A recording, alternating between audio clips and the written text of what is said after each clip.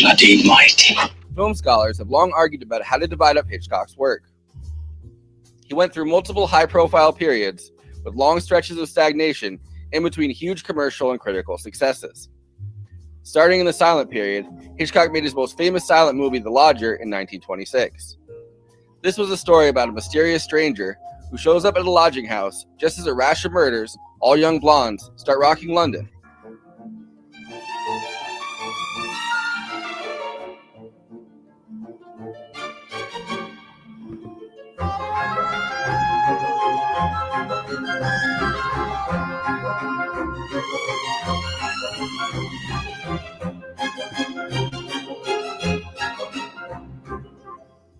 The Lodger was based on a novel by Marie Belloc Lowndes, first published in McClure's in 1911. It was based on Jack the Ripper's Whitechapel murders, as a bunch of evidence had started to come out, including the work of L. Forbes Winslow, a famous psychiatrist who had worked on the Jack the Ripper case. The Lodger was also based on the case of the Lambeth poisoner, Thomas Neil Cream, a Scottish-Canadian medical doctor who got caught poisoning his patients in 3 different countries, mainly women who wanted abortions and prostitutes. Thomas Neil Cream was rumored to admit being Jack the Ripper before he was executed. However, this is an impossibility, since Dr. Cream was in prison in Illinois in 1888, after a woman who paid him to poison her husband turned state's evidence. The Lodger imagined a dapper transient stranger like Thomas Neil Cream being Jack the Ripper. The Lodger, Hitchcock's cinematic adaptation of the lurid story, was his first feature-length thriller.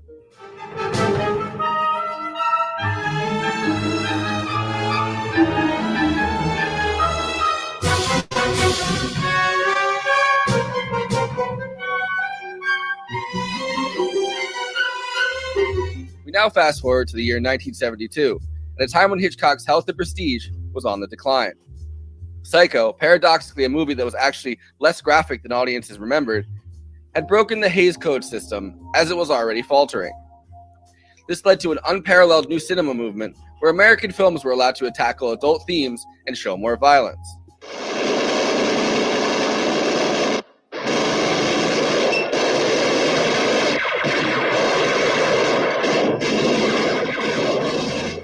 Explicit violence was not Hitchcock's favorite trade, and new cinema far outpaced anything he was willing to do. Hitchcock's last big critical and commercial success, The Birds, had pecked at audiences almost a decade ago. Hitchcock made Marnie in 1964, a psychosexual study of a relationship between a thief and a man who blackmails her into marrying him. Marnie has been reevaluated by modern critics, but did not catch on in the mid-1960s. Hitchcock struggled getting audiences to go see his next 2 films, which were both political thrillers. Topaz and Torn Curtain are both movies that revolve around the Cold War and that critics and audiences were extremely mixed on.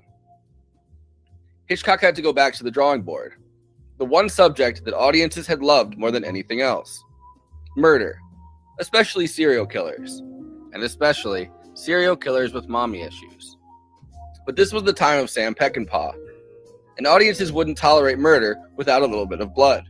A certain amount of the press reviews, while commenting on the comedy of those scenes, have also commented on the violence of the first killing in particular, the overt violence, and suggested that perhaps you needn't have been quite as explicit as you were. Why not? What is worth doing is worth doing well. There wasn't a feeling that you had to live up to Straw Dogs or to a new feeling of violence in the cinema? I've never seen Straw Dogs, so I wouldn't know anything about that. Tonight we're talking about Frenzy, Alfred Hitchcock's second-to-last film, and his most violent. It has a lot in common with The Lodger. Like The Lodger, it's based on a novel. This time, Goodbye Piccadilly, Farewell Leicester Square, by Arthur LeBurn. Hitchcock first tried to get Vladimir Nabokov, who wrote Lolita, to adapt the screenplay. When Nabokov declined, Hitchcock decided to work with Anthony Schaeffer, who wrote the screenplay for The Wicker Man. The novel and the film tell the story of the necktie murderer, a modern-day Jack the Ripper stalking the London streets. This serial killer kills only women, strangling them with his necktie and leaving them for the police to find. I see our necktie murderer's been up to it again. I saw the newspaper headlines as we came away from the court. I wouldn't envy the lot of any medical man giving evidence at that trial. Why not? Oh, surely it's easier in these days of legally diminished responsibility. In many cases, you may be right, but not here. The man who's killing these women is a criminal, sexual psychopath. In regular Hitchcock fashion, the murders are blamed on the wrong man, a former RAF squadron leader, Dick Blaney. The circumstantial evidence against Blaney keeps piling up. John Finch plays Richard Blaney, and Barry Foster plays his friend, and way more suspicious guy, Bob Rusk. Both actors were purposely chosen because they weren't stars, but lesser-known British actors. While preparing for this film, Hitchcock told Barry Foster to learn about the story of Neville Heath, a British serial killer who managed to pass himself off as an RAF officer. Hitchcock, of course, is a man not to be outdone in the name of cinema.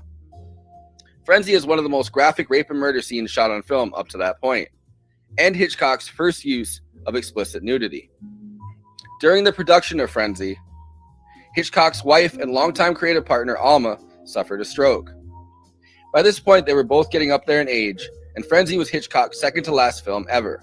Frenzy has been retroactively hailed as Hitchcock's last great film.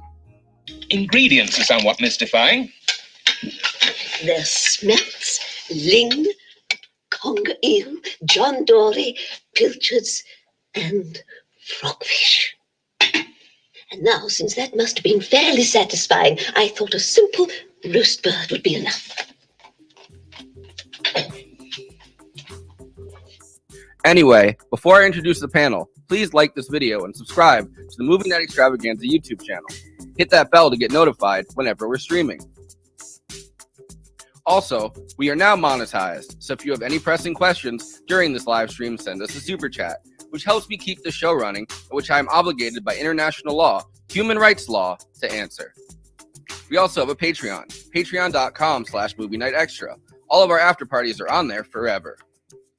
Okay, let me introduce the panel. Conan is currently on tour for the next 3 weeks on the West Coast. Conan Neutron, The Secret Friends, is doing the adult prom tour with Lung.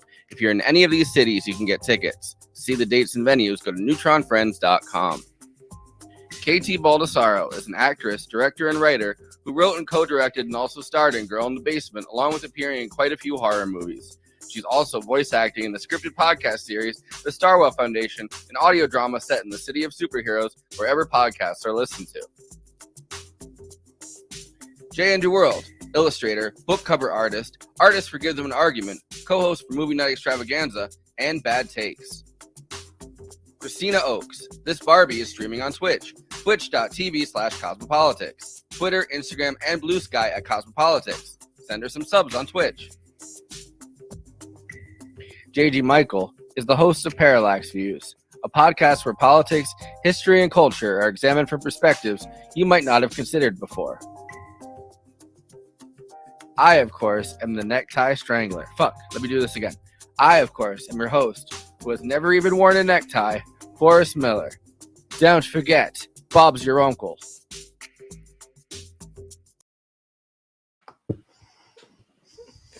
I do love the bit where the killer is like, how could you suspect that it is me? I don't own enough neckties to be killing women and throwing away a necktie. I mean, fair though. By the way, the part of Christina we play by this armless Buddha. Okay. That definitely had nothing to do with me strangling it to make the arms go off. Yeah. You know what's wild is that I didn't strangle Christina, is what I'm saying. She's Okay. fine. Yeah. I didn't cook Conan into a pie. Yeah. But one of the things I love about this movie, I did not realize, if you've seen the movie Better Off Dead, the mom in that movie is basically satirizing the cop's wife in this movie. And I did not realize until I watched it. I'm like, that's where they got this from, this same breathy delivery. Yeah, it's wild. Except she's in the background and like battling like the squid arms that are attacking her in the kitchen. Those are straight up fucking torture scenes because she admits she knows what her husband wants to eat and gives him anything but that. Like, oh, did you see how disgusting his food looked that he ate without her? Like when he had the sausage. Yeah, and well, eggs? he's housing down breakfast food. That English breakfast, though, it's pretty good. It's pretty good breakfast. It's like he's doing the Hobbit like second breakfast. But JG, it's been a while. Yeah, finally, man. I was hoping you'd invite me back sooner. No, I enjoy this movie. It's interesting. I know you didn't mention it, but a bit of trivia for the true crime heads out there. It's actually inspired, loosely based on the Jack the Stripper murders, the Hammersmith nude murders, where women were found. I think it was 2 women were found in the River Thames, undressed and whatnot. So there's a weird true crime connection to this movie. And it's not the only movie to be based on that case. There was another one that came out in 1972 called The Fiend with Patrick Magee from A Clockwork Orange. So just trivia, useless trivia for the true crime fans out there. I like how the British tabloids, like, there's so many murders that they just start coming up with cute names. Right, they're just like Jack the Stripper has struck again. Just rhyme it. Well, that's like the New York Post. If it rhymes, it goes. The famous headline: "Headless man found in topless bar." Well, the headless body and topless bar. Yeah, Murdoch copied like the British tabloid, like the Daily Mail and shit like that, for the New York Post. Like that's definitely like formatted based on fucking British tabloids, which honestly goes so much harder than like the British tabloids are somewhere between the New York Post and like the National Enquirer. Like, the level of competent information you get out of them. And speaking of the body in the river, I'm sure you guys know the trivia fact that they made that doppelganger body of Hitchcock, and he was supposed to be one of the bodies in the river, which would have been like a really different way to he kills ladies and then also this one fat guy for some reason. well, the fat guy sees him kill the lady, and he's like, "Oh, I was just trying to get some food, but I'll go." And then he's like, "No, wait," he strangled. All I could think about with that opening? Doesn't Family Guy have the fat guy strangler? Yes, it does. Right. All I could think about with that opening was the beginning of Twin Peaks when they first find Laura Palmer. Oh my God! You know what? I did not, but now that you mention it, that's a really great match. I was stuck on the fact that I kept being like, they didn't have drones. I wonder if this was a helicopter shot for 2.5 seconds. It is. The interesting thing too is like they could not fly the helicopter underneath the bridge. It is illegal to do that. So they had to zoom, use the zoom lens, and they tricked the because it actually does look like it goes underneath the bridge, the way they shot it. So I don't quite know how they were able to. Maybe because the helicopter was still moving, they were using the zoom lens that kind of created the effect. But it was really incredible how they did that. The trailer. Yeah, the trailer. They used They had to because they built this damn body. They got to use it for something. I dare say you are wondering why I am floating around London like this. Not really. You're quite buoyant. I'm on the famous Thames River, investigating a murder. Rivers can be very sinister places, and in my new film Frenzy, this river, you may say, was the scene of a very horrible murder. That's not even the best part of the whole thing. I just feel like if I play the whole trailer, it'll get flagged. But Yeah, but I just love the part where he just goes, "Oh, look, there's my necktie," and picks it up off the body and puts it on. He's like, "Do you like my tie?" And the woman's like, "Oh God, no, not the tie." There's a level of camp to this where I almost expected to hear that they sold a line of neckties to go along with this. If it was Hitchcock in his prime and he wasn't like, his health wasn't like fading and his wife's health wasn't like, I bet they would have gone harder with the promotional materials for this. Yeah, like, well, to be fair though, on set they did say she bounced back health wise. She had the stroke and was recovered very quickly. So like, that's a good thing. Yeah, and she outlived him. So like, but yeah, I just his health was like, his health was still fading though. You know what I mean? Like he was like, you can tell in a lot, like all the interviews that I found for this, like his like kind of like he always has that, like, it's almost like his tongue is swollen. You know what I mean? Like when he speaks, like it's like it gets so much worse at this point. And he has the pacemaker in, so like there's a lot going on there too. There's a few years between this one and his last one too, isn't there? So he did this and then he did Family Plot like 4 years later. Okay.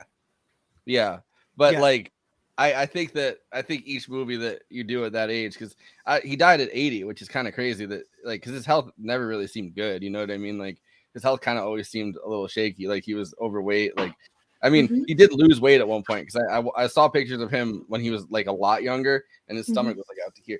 But like but I think he's 72 when this one comes out, and then he was 76 when Family Plot comes out. And I know that because he died at 80 in 1980. So you can kind of natural causes too. Like, yeah. Okay. I thought he would have a heart attack. I thought something like a drinking problem would have gotten him before that, but you're right. Like he makes it to 80. And according to some of the stuff that I watched, Alfred Hitchcock did not really get out of his director's seat. He did most of it from seated. So he wasn't very mobile during the production of this. I don't know how. He also left. He also left the production to other people because he was taking care of Alma. Well, I mean, also like the weird thing is how he casted it. I don't know if you heard any of that. I heard that it was a budget issue. You watched the documentary. I didn't. I don't okay, I don't know what you've seen. I don't know what you've seen. Well, my favorite one is the guy who played Dick. He's just Richard. He gets called in to Alfred Hitchcock, and Alfred Hitchcock goes, "You can act, right?" And he goes, "Yes, great. Let's have lunch." And then he got the part. That was basically it. He went on to like do like he's like a King Arthur thing. Yeah, like he just did Shakespeare, but it was with Roman Polanski directed it. So Richard III. I don't remember. And Barbara Lee Hunt had just finished doing Lady Macbeth. So I think they were all British theater actors because they had told was it Paramount? I can't remember which production company did this one. They were Universal. told you could get them cheaper because they were not going to be Hollywood actors, and they were like, "Fine, go film it in London, get a cheaper cast, go ahead." And also where the studios, it's the same studios that they filmed Star Wars in and like all the James Bond movies, but that's like a mile from West End, which I didn't know, or maybe like it's a very short trip to West End to was it Pinewood Studios. For our American viewers, you would need to tell them in like lengths of goat. Like how far is a mile? I don't know. Is that like 6 subways ass to ass? Kilometers, meters. Can I get that in meters? Yes.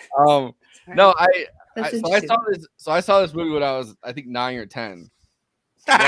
Yes, that is astounding. And I just asked my mom earlier tonight, and I was like, "Hey, remember like I watched Frenzy when I was way too young?" And she's like, "Yeah, like I was actually traumatized by the rape and murder scene as well." To laugh. Yeah. Which like it's literally like probably one of the most, I mean, at the time, besides maybe like Sam Peckinpah, like it's one of the most graphic fucking rape and murder scenes of any movie, right? And then what I think is really brilliant watching it now as an adult is that the second they give you so much the first thing, they never have to show you a murder again, really. Like they can do it like in an expressionistic style or whatever when he's like thinking back to like, you know, murdering Babs or whatever, because they give you so much the first time. Hitchcock is someone that knows like you don't have to show the murder and like the rape every time. So I think it's kind of brilliant that they just let the camera wander out of the room when he's murdering Babs, which is the character you have like you don't have much of an emotional connection to his ex-wife, his bitch ass ex-wife that is doing way better than him financially. I mean, like you have like some emotional connection in the sense of like she seems like a nice enough person, right? Like, but there's like you don't have the emotional. She certainly puts up with of, his shit. Like, yeah, and you get a really great nonverbal performance from Barbara Lee Hunt there. Like her I was freeze framing it to get her facial reactions because she was very subtly shifting without seeming comical in a really tense in that scene before even the physical action happens, where they're just talking to each other, and you can see how quickly she loses control of her own office, her own autonomy, and it's like, oh, very, very well acted. But you're right, I really do appreciate, because I do have a lot of problems with the way that first scene goes, but I deeply appreciate that the second scene is not shown, and I feel that kind of pushes towards the point that I know Hitchcock is trying to make, and the unfair fact that I am looking at this film from the view of decades later. You know. So I mean, I definitely like that. There's the line that you definitely couldn't get away with in a movie today, where she's like, "He rapes him first, right?" And then the guy's like, "Well, every cloud is a silver lining," and it's like, Jesus oh Christ. My God. And you're like, and at best you're like, oh my God, is this an Uncle Vanya type thing? Where like it's a deep satire and they're saying horrible things because he's making a commentary on British people and you're like digging real deep there to try and save the scene. I mean, I think that it is like a great satire in the sense of like it makes fun of like the British media and British society and the way that like these murders are kind of treated flippantly, whether it's Jack the Ripper in the 1880s, right? Or whether it's like, you know, the Christie murders. Like they've had so many serial murderers in London, and it's always treated as like this kind of like flippant joke by the press. So I do think that there's that element of it, but it's still like, even then, I don't think you could get away with that today. They interviewed for like the BFI awards or something, like the last two surviving members of the cast, which were the guy that says Dicko, his friend or whatever from the RAF, that guy. What a Jesus, chewing the curtains. So he's still alive, and or in 2012 anyway, he was still alive, and the secretary was still alive, and they were both like, yeah, you could absolutely not get away with that line, even like and that was like pre like, you know, Me Too reckoning. But yeah, so I watched this when I was 9 years old, and I had watched all the other Hitchcock movies. And there's kind of an assumption, I think, like my parents had never seen this movie, and like they kind of assumed, I think, that like if it was Hitchcock, it was probably like, you know, family friendly enough, right? Like there's like I have all of like Hitchcock's movies on VHS, and like so like nobody was really known for not showing shit.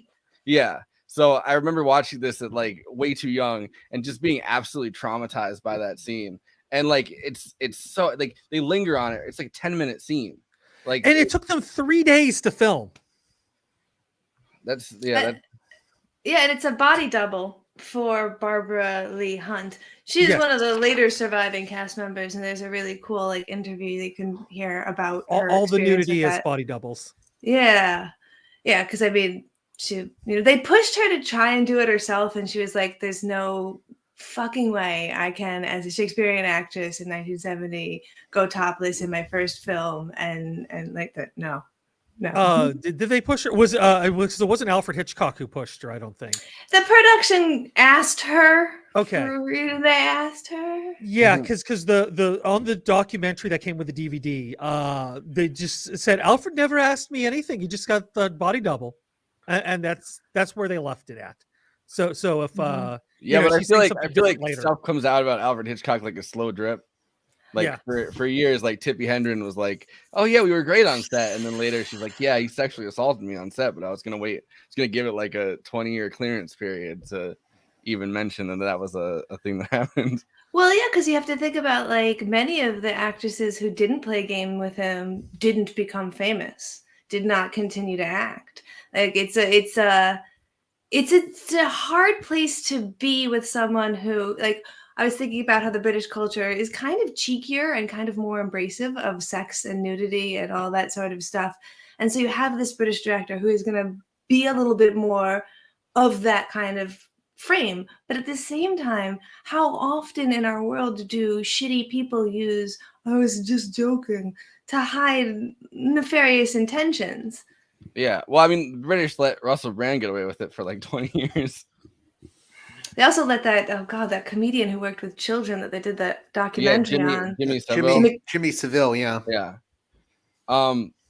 So this movie though was controversial even like by Hitchcock standards, and I have this interview where the BBC is like grilling him about the violence in it, and I feel like there's an element of this, like, you know, watch this as an adult, that's like, it's almost like Hitchcock like unbuttoning his shirt and being like, is this what you want? Like, you know what I mean? Like, because it's just Psycho burst open the fucking Hays Code, right? Like, and we talked about that when we had Conan, like the day we invited him to be our third mic, or, you know, our official co-host. We had him on and we talked about Psycho for like 4 hours, and like it burst open the Hays Code. So after that, pretty much anything you really wanted to do in a movie, like the guardrails that were there obviously weren't anymore, and the guardrails were so crazy that it wasn't just it wasn't just like, oh, no nudity, no whatever. Like, there's like actual like, hey, like if this happens, then this has to happen to the villain at the end. Like, you know what I mean? Like, it's literally structuring how the narrative of stories has to go. And so that kind of burst open. And I just feel like it's kind of ironic because you don't actually see like the stuff that actually bursts open the Hays Code is like people sharing a bed that aren't married. Like, it's not the violence in Psycho that burst that open, which is kind of fascinating. Talking about a film now considered one of his last great pictures, Frenzy. A certain amount of the press reviews, while commenting on the comedy of those scenes, have also commented on the violence of the first killing in particular, the overt violence, and suggested that perhaps you needn't have been quite as explicit as you were. Why not? What is worth doing is worth doing well. It wasn't a feeling that you had to live up to Straw Dogs or to a new feeling of violence in the I've cinema. never seen Straw Dogs, so I wouldn't know anything about that. I never copy other films ever, because I usually spend most of the time avoiding the cliche. For example, in North by Northwest, I had to put the hero, Cary Grant, on the spot. So the cliche would have been putting him under a lamp, wet roads, a pool of light, a black cat slithering along the wall, a face peering from a window, and a black limousine coming along. And I decided against all that as being the worst kind of cliche for this scene. So I decided to do it in the open, bright sunshine, without a tree or a house in sight. And then out of nowhere comes a crop duster and chases him around. Well, immediately that has now become a cliche, because the next time you saw it was in a Bond picture when Bond was chased by a helicopter. Then you saw a French picture called That Man from Rio, where a man is chased by a motorboat. Then in a later film, you saw a man chased by a car. So what was once the avoidance of a cliche has become a cliche. I don't think anyone would doubt the tremendous influence you've had on other films and other filmmakers, but this, in fact, is the first film that you've made in England for something like 20 years. That's right. What made you come back now? The story lent itself to that occasion, no other reason. But now you've cast this film with a great many distinguished character actors, but no stars. It wasn't necessary. I thought that the story would benefit by being a little more realistic, especially in America, when they won't know the people at all. Is there a feeling that the film will be your film and that you will be the star of it? Entirely, yes, sure. And that's the way you'd like it? I think so, yes. Looking back on the film now, are you completely happy with the way it's turned out? Pretty well, yes. It was laid out very meticulously to start with.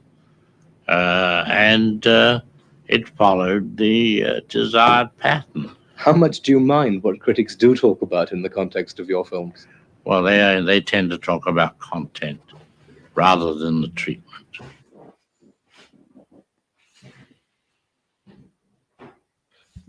Yeah, so even there, like I feel like he's being a little defensive, right? Like the question is about like whether he's. I mean, can you blame him? No, but I definitely can't blame him. But like it's just kind of fascinating that because he took a stand against nudity in films, he took a stand against violence in films, and this film is both, right? Like coming out on the heels of like. I mean, one film that did okay at the time, and two like complete disasters. So it's like a re-envisioning of like what his role has to be. It feels almost like he's readjusting. I think that's the question they're asking about Straw Dogs, like Peckinpah, right? Like, and the way that he takes that question is like, oh well, like first he's like, I've never seen Straw Dogs, which completely like being very specific about a question that was a lot broader than that. And then being like, how much I've contributed to cinema. It's like I don't begrudge him being defensive about that, but like it's kind of it's interesting. Well, I mean, No, it's it like definitely is. Since we're talking about somebody who has a postcard, never mind. I'm not going to make that joke because I forgot what the punchline is. But I always think of like music is something that I always listen to a lot, and like I think sometimes artists have like a Best Buy date, and you can just really see that with music because of a lot of output. And I think like David Bowie never really had a Best Buy date. Although he did have a dry period in the 80s, but that's a different story. But like in the 90s, he wasn't really the leader he was in the 70s and with his music.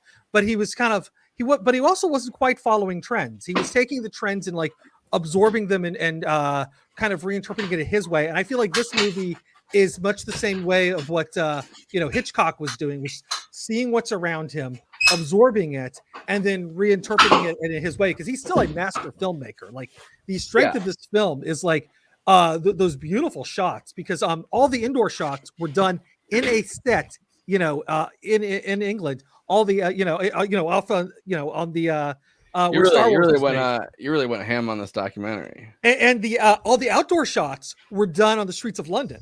Like those were not set pieces. So they beautifully masterfully masked that, especially with that shot where they're coming out from the murder, where they go down the steps, and that's that long shot.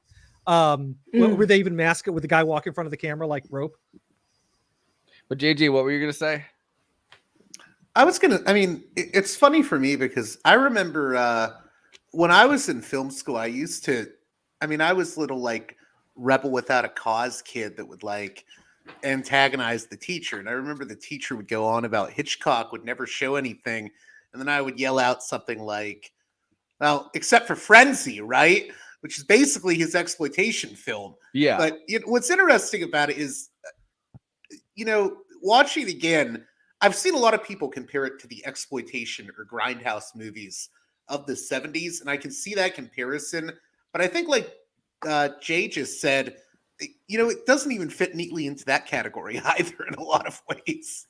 Yeah, I mean, it's kind of rich with plot, right? Like it doesn't like there's nothing really. I mean, it doesn't exactly feel exploitative in the sense of like it feels like it's almost satirizing like exploitation films, right? Like it's satirizing the way that as a society, I mean, British society, but also like American society as it kind of like the tabloidization of American society, and like the way that that's covered, because I mean a lot of it is the fact that Murdoch bought up all of our tabloids, so like that like British / Australian style of tabloidization kind of came to the United States, and like that's kind of where like a fucking swamp preacher like Trump comes out of too. But like the way that like this kind of cheeky way of covering like serial killers pretty much, and for it to be like when they're having the conversation at the beginning, and it's the psychoanalysis guy that would be in court like giving forensic psychoanalysis or whatever, right? And he's like I almost like that we have like another serial killer going on for a while, because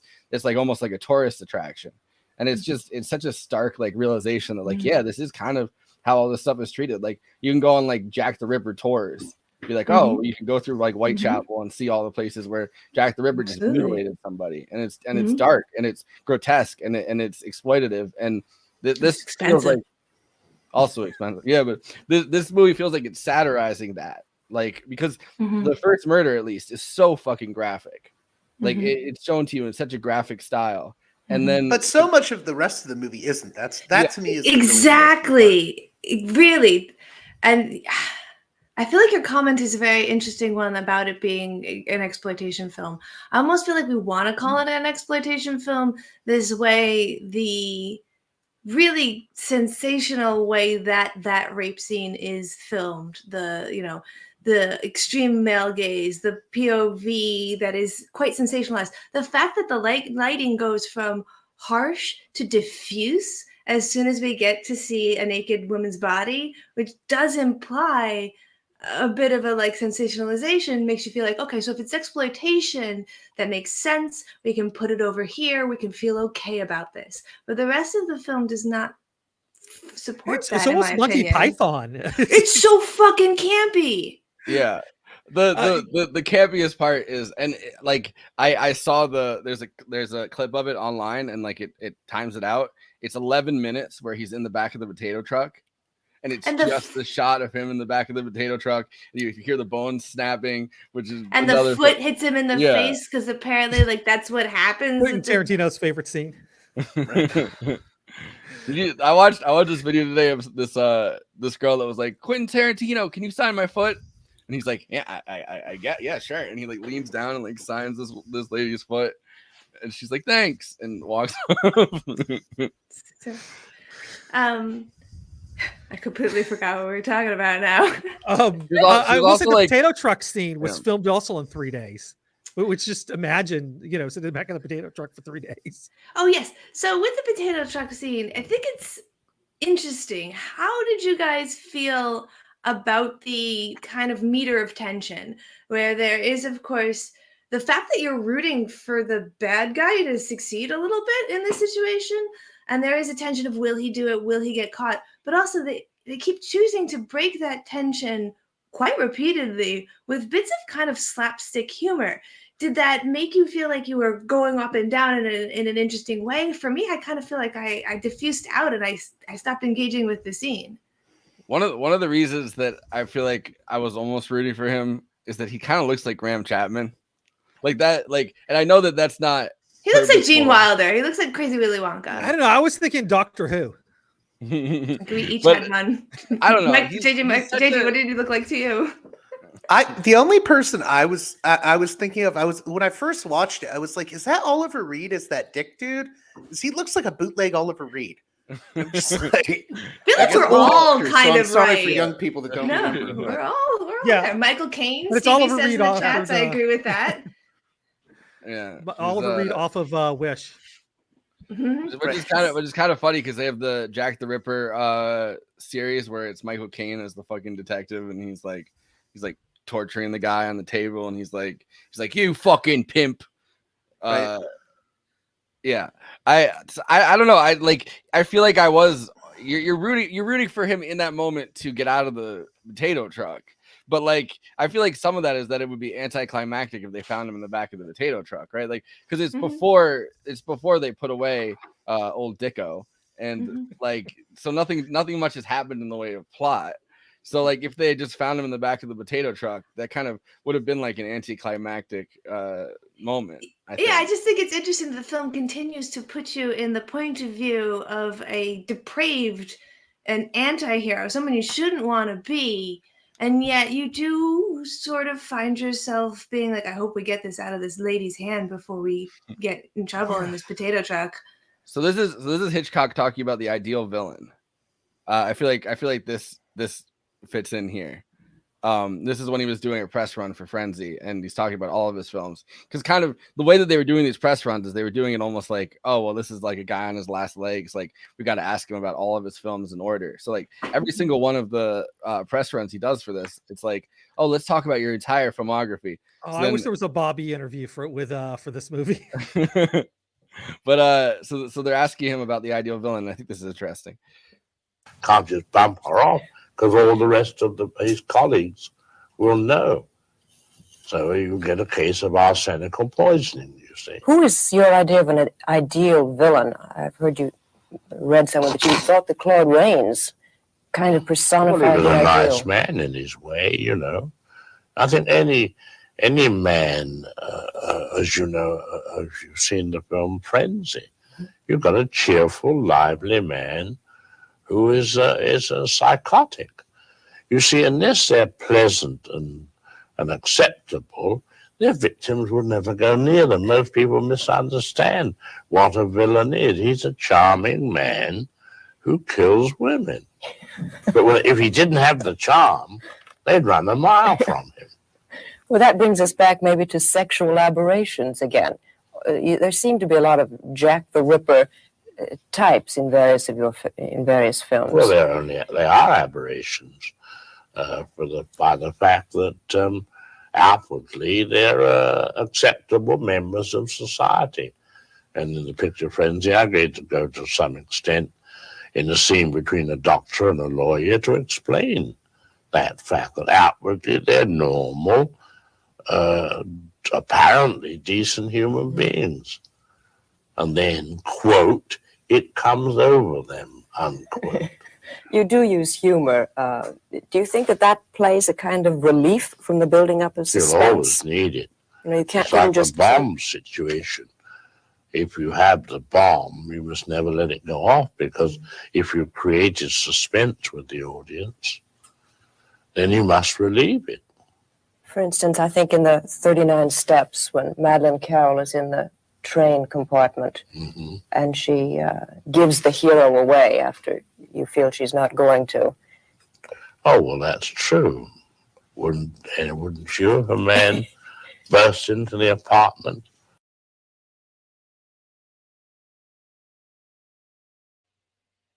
I do have good news about this. I looked it up while we were watching that. There is a Bobby video of Alfred Hitchcock, but she's not interviewing him.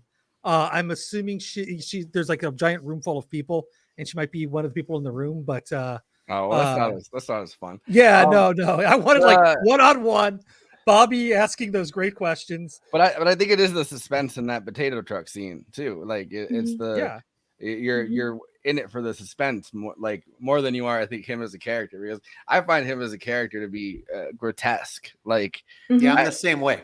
Yeah, absolutely. I think everyone should. Yeah, but like just in it, but like in a way that, because I'm not British like at all, and I kind of find British people grotesque, a lot of them. So like so send your letters to. So like no, but like so the charm that like is supposedly there with him, I like it rubbed me as creepy not even knowing necessarily that he was he was the fucking killer. Like there's something just off about that character. Can confirm. He's too affable. And like not affable, like he's talking about fruit all the fucking time. Like he's like oh, what does he want from me? Yeah, like there's just something like solicitous, I guess is the the term, right? Like there's just it's too much, too affable. And so like I think it makes perfect sense when he turns out to be the fucking killer. But like I do think that there's like has to be a level of charm to people, because it is true that like I don't know, like unless you're like, well, no, like you have to be kind of charming as like one of those serial killers, or else nobody's ever gonna fucking go like towards you. They're just gonna be like, oh, that guy's clearly out of his mind, like I'm not gonna approach him. Yeah, that's why they always say, like, I never suspected he was killing people in his basement. If you did, you would have called somebody. That's like saying you found it in the last place you looked. Yeah. They also I feel like it's almost a nod to his own filmmaking when he has the mom poking out the window. And he's like, this is my dear old mom. And he like has the picture of the mom. Like, I feel like that's almost a nod to Psycho, being like, well, in this case, the mom's still alive, but like it is the same kind of like it's not delved into as much, right? Like we don't really get that much of the psychology of Bob Rusk really in this. Like it's more of the wrong man story, but I think it's the right tact, because I do not really want to know too much about the psychology of Bob Rusk. He's just slimy. I mean, he's just just very much like a Doctor Who villain, straight up. Yeah, and the fact that like A, I don't want to know, and B, the film doesn't really need to go there makes the fact that the first death scene is so graphic. I have a lot of questions as to like, besides simply being like, we can, so why not? Like I don't know how it serves the story particularly well beyond being kind of gimmicky. Yeah, I had a conversation about this with my film teacher in an art school, where I basically planned my restroom break in the middle of the rape scene in Strange Days, and she was sitting out there in the hallway, and she's like, "Oh, you've seen this movie before too, huh?" And we talked about like, does the movie need it? And it's like, because like we're both like, we don't want to rewatch that scene. We talked about it with Showgirls too, right? Like, yeah, when is a rape scene earned and when is it not? I think in this case, Showgirls not. I think in this case though, there's something about the psychology of him being like a sadomasochist or whatever, right? That they're trying. I think that's what they're trying to convey throughout this, and I do appreciate that. Like, he's not just skeevy; he's going under like a fake name to all these fucking like dating services and like being like, "Oh, I want to just beat up women. Find me a woman," and they're like, "No, we're not going to do that." And he's like, and they did get that one great line there though. "Oh, you're just my type." Well, and he says that. Yeah, he the build up. He says that to her, and then he says that to Babs as he's walking. But that's why you don't need to see Yeah. anything more of Babs, because he says the line, and you're just like, yeah. And this is why I think One about. time you want to be told like, "Hey, you're just not my type," and then you're like, "Oh my god, thank God." I hope I don't look prettier when I smile. But going back to that quote from Hitchcock earlier, where he was like so defensive about the idea of his like, well, you can say that my shots are cliched, but actually I invented them. People are copying me. So if you watch my movie, which was new then, now, and you feel like it's cliched, that's on you, not me. I want you to redub that in your voice. Yeah, just like a drunk history. Get a real big fat guy. That's on you. It's not on me. But I think about that with this rape scene because like the great question, like when is it necessary? And I think that's probably one of the reasons to watch this movie. When is it earned? I feel like is almost a better expression. I'm not sure I understand the word like earned. Like it has to pay off. Like it has to either work into the story in a way that there's a certain level of payoff. Yeah, payoff for an audience, right? Like if someone just gets raped like for no reason and then the story keeps going, right? Like there's nothing like earned quote unquote about that, right? Like so it has to build up to it in a way that it feels like that like the movie's built up enough credibility or something around it that like you feel like maybe that scene is earned, I guess. Yeah, no, I hear what you're saying. Like it's the narrative. Either we're learning something about the victim or we're learning something about the perpetrator. And in thinking about this scene and the fact that it feels like these images they feel gross, but also a little banal. And I can't help but feel like that's probably because this has just been used by other people so many times, clumsily trying to get somewhere. And it makes me, I don't know if I need to see a rape to understand the emotional gravitas for either character. I don't know. But again, a great reason for someone to watch this movie to see how they feel about that. Yeah. Well, I guess so. I'm not saying that I fully buy into this, but I guess my counterpoint to saying it's not is you have to see the ramping up of the hostility within that scene, because it starts off right like he's like trying to come on to her, it seems like, and then he's like the whole like you're just my type thing, and then he starts to like rape her. And then the hostility and this like the psychotic break builds and builds and builds throughout this entire scene, right? So first there's the rape, and that's already pretty brutal. But then there's another thing that clicks, and like after he rapes her, he's like, "You bitch," and then he pulls off the fucking necktie, and he's like cursing at her, and he hits her and shit. And so you can see the hostility and like the actual violence of like a sadomasochistic figure. That they're talking about earlier in the movie when they're saying like, oh, well, it kind of just comes over them, right? Like this psychotic episode. So you can kind of see himself, he's working himself up, and then there's the murder.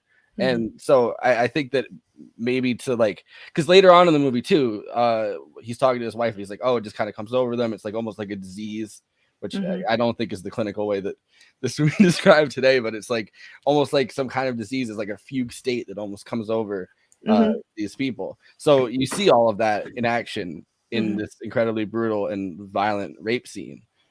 Absolutely. I think for me, it got a little bit more aggressive, a little faster, just because immediately the conversation when he enters the room is like, oh, this guy's going to fucking try and rape me. Like it was never there's a point where he's trying to hit on her, and he actually says like, "Hey, your lunch doesn't seem like enough food for somebody as fat as you." Like, he's nagging her. And come on, if you're gonna rape or murder somebody, at least give him a little. Well, I mean, he's going the Andrew Tate route, you know. Like that's such an aggressive thing to say to someone. Like, I'm putting you down, but I'm also objectifying you. Like, ooh, he was always coming right at the screen for me, and they both did a very good job with the dialogue leading up to that. It was incredibly tense and well acted. Yeah. Well, and like throughout this too, I think it's interesting. It almost feels like there's a garden variety sadist that they're kind of hinting comes into these places, and it's like, no, like this isn't like, we're not catering towards this specific kind of person, and you get the feeling almost that like this isn't the first time, like because later on the I forget what her name is, like Mrs. Whatever, like the secretary, you get the feeling Mrs. I think it's like Mrs. Barkley or something, like it's something that sounds like Barley, and I thought it was Barley at first. She looked a lot like Audrey Hepburn to me. Yeah, and she lived to 2012. I have a video of her talking about working on this, but so you get the feeling she's like, oh, this kind of person is a blight on our industry, right? Like, so you get the feeling that this isn't the first time like some sadistic weirdo has come in and tried to get a dating service to set them up with women that like to be hit or like to be like, you know, tortured or whatever. Like, you get the feeling this is something that happens, maybe not like a lot, but like happens occasionally at least. Yeah, I also kind of want to give a bit of a defense to the actor who played Bob there, because he actually hated that scene. And it was kind of like, and I mean, you know, he's a good actor, so maybe he was acting in the thing I watched before he passed away. But he did not enjoy doing that scene and was not, just seemed very remiss about the whole thing. So I appreciate that. Whether that's true or not, that's the face he gave during that. And this video was made shortly before he passed away, because he passed away like a year or two later. And as an actor, I think about that when I think about what is a rape scene earned, in that you are going to kind of traumatize your actors when you do something like that. So I have a lot of conflict. I don't know. Yeah. It's very interesting. Have you seen that movie, Strange Days? No. Because the interesting thing too about the movie, I want this to be out there, for this. It was directed by a woman. It's what's her name? She did Zero Dark 30 and Catherine Bigelow? Break. Yeah, Catherine Bigelow. It was one of her films. James Cameron wrote the script. So there's a it's not from the male gaze. The rape scene. It's actually from the point of view, which is fucked up. That's the whole point of the whole thing is how fucked up that rape is. Because that rape is like multi levels of fucked up. JG, do you have thoughts on rape scenes? I usually try to steer clear of that. Can I finish my thought here? Oh yeah. I just I bring this up mostly because like that specifically was from the point of view of a woman compared to this one, which is very obviously a point of view of the male. And I just didn't know if anybody wanted to kind of jump in on that. I have unfortunately not seen Strange Days. Yeah. Okay. Overall, except for that one scene, I love that movie because everything else about it's fantastic. And then it just has this one scene in it that's just like, I can't tell people to go watch it. Yeah, and I wonder if you couldn't still make the movie without having that scene in, hit the gravitas that you need, and possibly not really, have to put that heavy burden on the actors. Yeah. I mean, I don't know what that would look like. I mean, like, because although we are having people on set with sexual coordinators who are making this better, so we are trying to approach this. Sorry, yeah, cut Gabe you off, talked Forrest. about that whenever we had him on for the what is it, the Carried Away episode, whenever he gets sexually assaulted by his grandmother in the movie. Yeah. And then talks about his other movie where he gets also raped. Why do I keep watching movies with my best friend from childhood getting raped in it? You're gonna have to pay someone to answer that question. BetterHelp. So our show. And here's exactly after our Bombas commercial, we'll talk about BetterHelp. But actually, I wanted to ask the group here because Forrest, you were talking about how you saw this movie very young, and like probably burned in your consciousness. I feel like a lot of people probably had an experience like that. JG, Andy, did you watch a movie too young? There was a movie I saw when I was like in preschool that I still remember, but I don't know what the name of the movie is, and I'd love to rewatch it just because like it traumatized me so much as a child.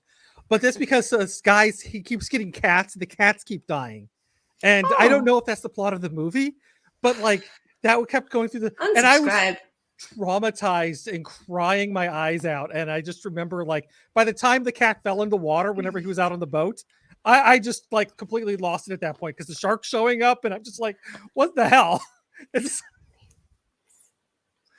Yeah.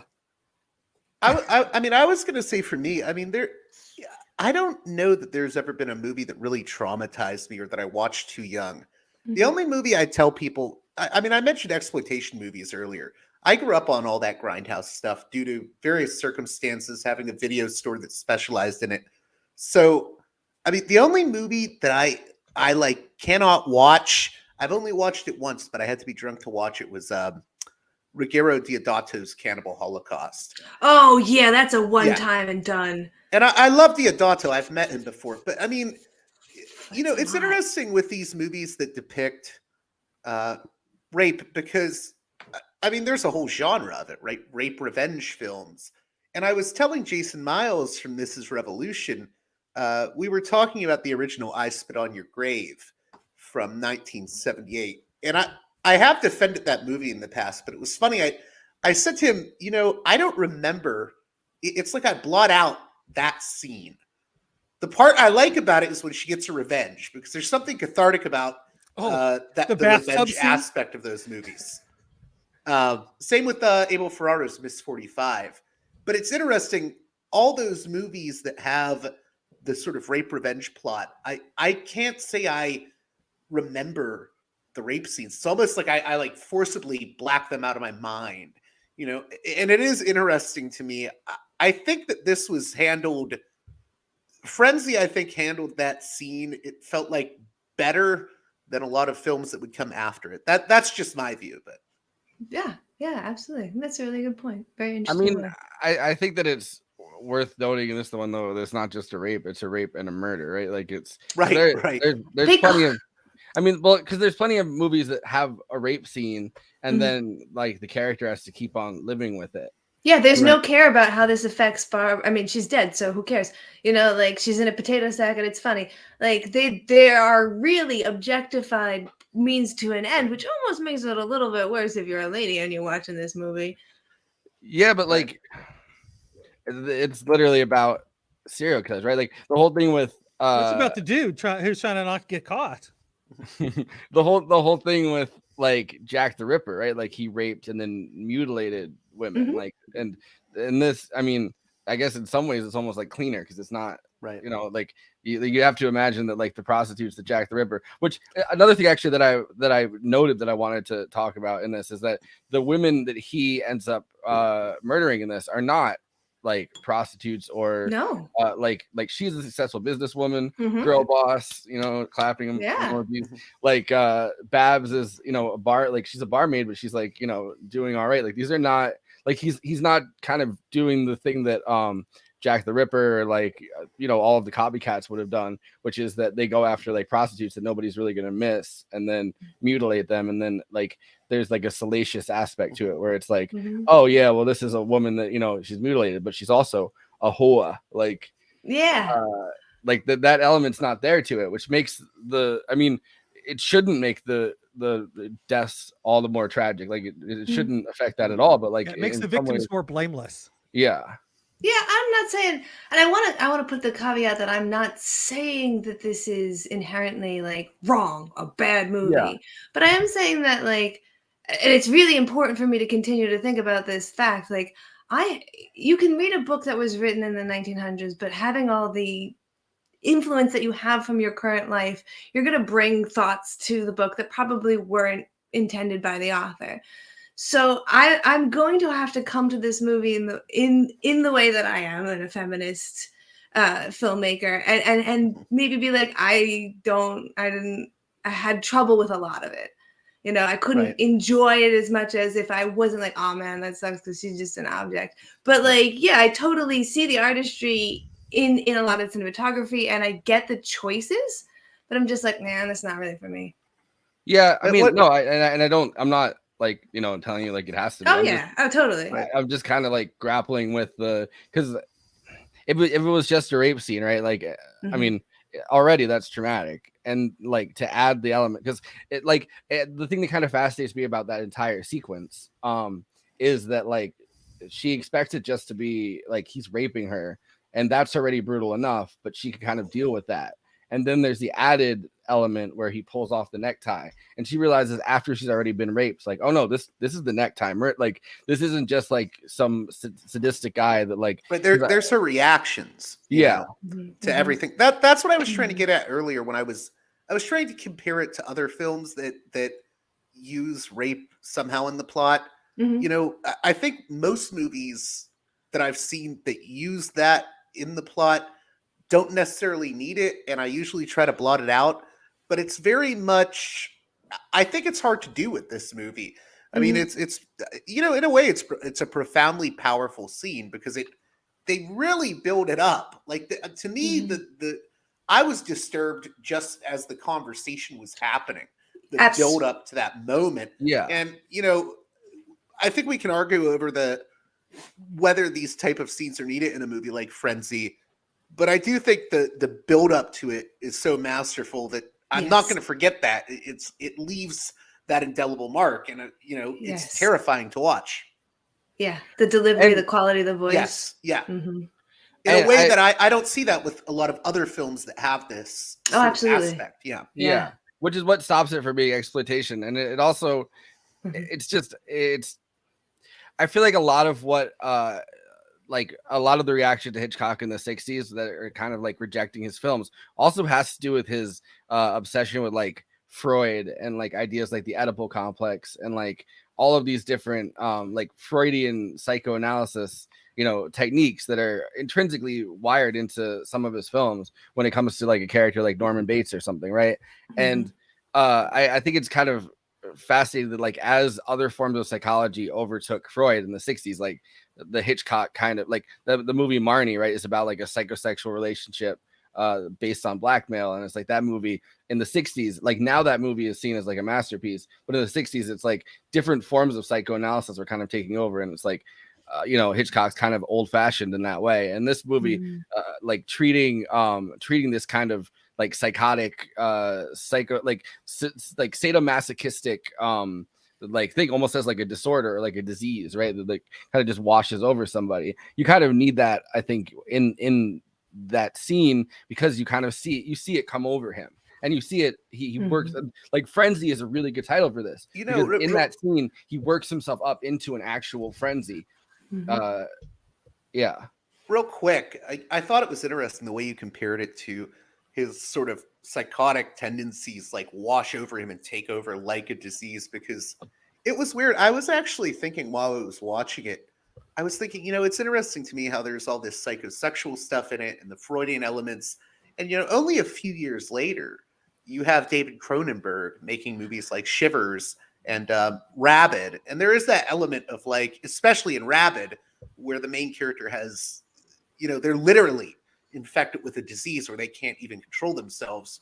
I think in Rabid, Marilyn Chambers is much more sympathetic than you would have with this character. But it's interesting to think that, you know, people forget Hitchcock was dealing with a lot of these psychosexual and Freudian themes that, you know, directors in the later half of the 70s started dealing with more and more, maybe in different ways, but you know, it's in the 60s. I wonder how much like because Marnie is like his, like Marnie was kind of not treated as like something that like audiences really wanted to see in 1964, but like that was his most, I think, Freudian and like psychosexual film, right? Like, because that's less about like a murder or something like that, and more about like blackmail and how blackmail could be used to force somebody into a relationship, and like the whatever, like the power dynamic between that. And that movie was not like treated in the middle of the 60s as something that people wanted to see.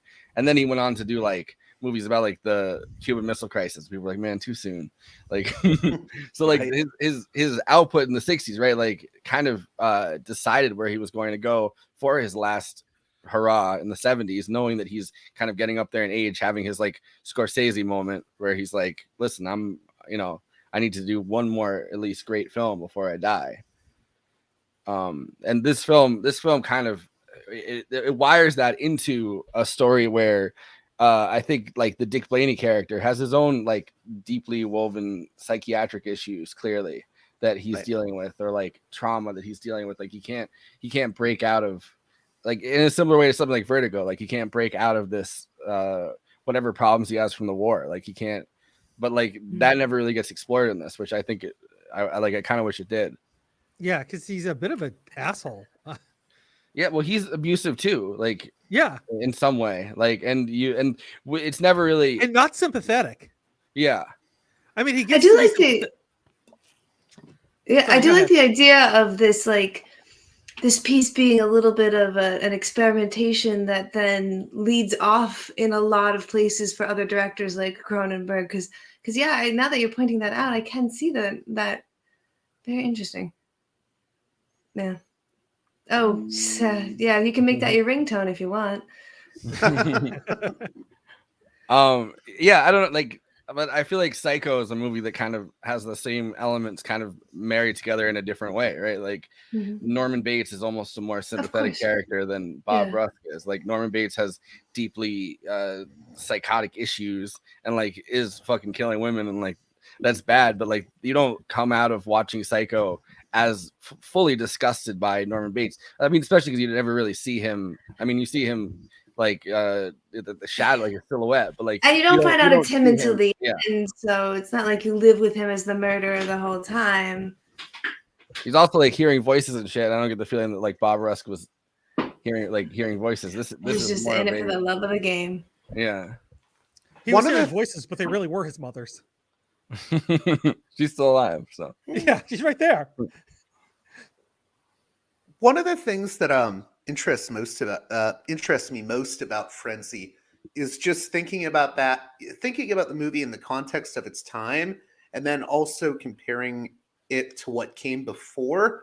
So, I'm really interested in like the pre-Hays Code films. You watch, for instance, something like Edgar G. Ulmer's The Black Cat from the 1930s, which is a good watch for the Halloween season, or even the Bela Lugosi vehicle, Murders in the Rue Morgue from the 30s. I mean, it's really crazy watching those old pre-Hays Code 30s movies, because they're dealing with a lot of these subjects that you eventually see in a movie like Frenzy, dealing with like sadomasochism and psychosexual stuff. And it's kind of more implicit at times, but it goes right to the edge in those pre-Hays Code movies. And then you don't really see that for a long time.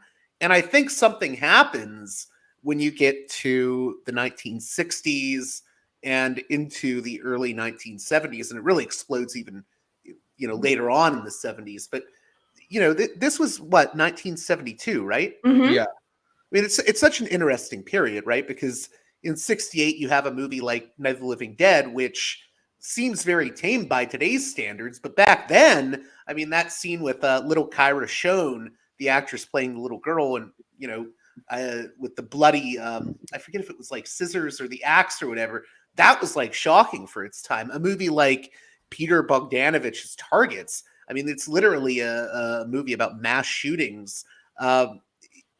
Those movies both come out in 68. And it's interesting to me, that period from like 68 till, like 74, where you're seeing limits being pushed in all kinds of different directions. Not all of them good, of course. You had people like Michael Winner making movies like Death Wish. Sam Peckinpah was pushing barriers with Straw Dogs.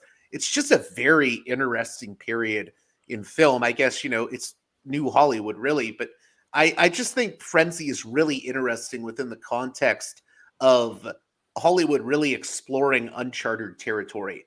Well, you also have like 69, you have like the Wild Bunch, right? Like and every single scene you watch from the Wild Bunch is like just buckets of blood. Like it's just like, hey, we can have a guy with a machine gun, gun I a bunch think of Buckets people of down. Blood came out right around the same time. Right. And it is interesting to say, like, well, you know, you like Hitchcock as a director, and this is you getting to see him experiment outside of that previous restriction, if nothing else.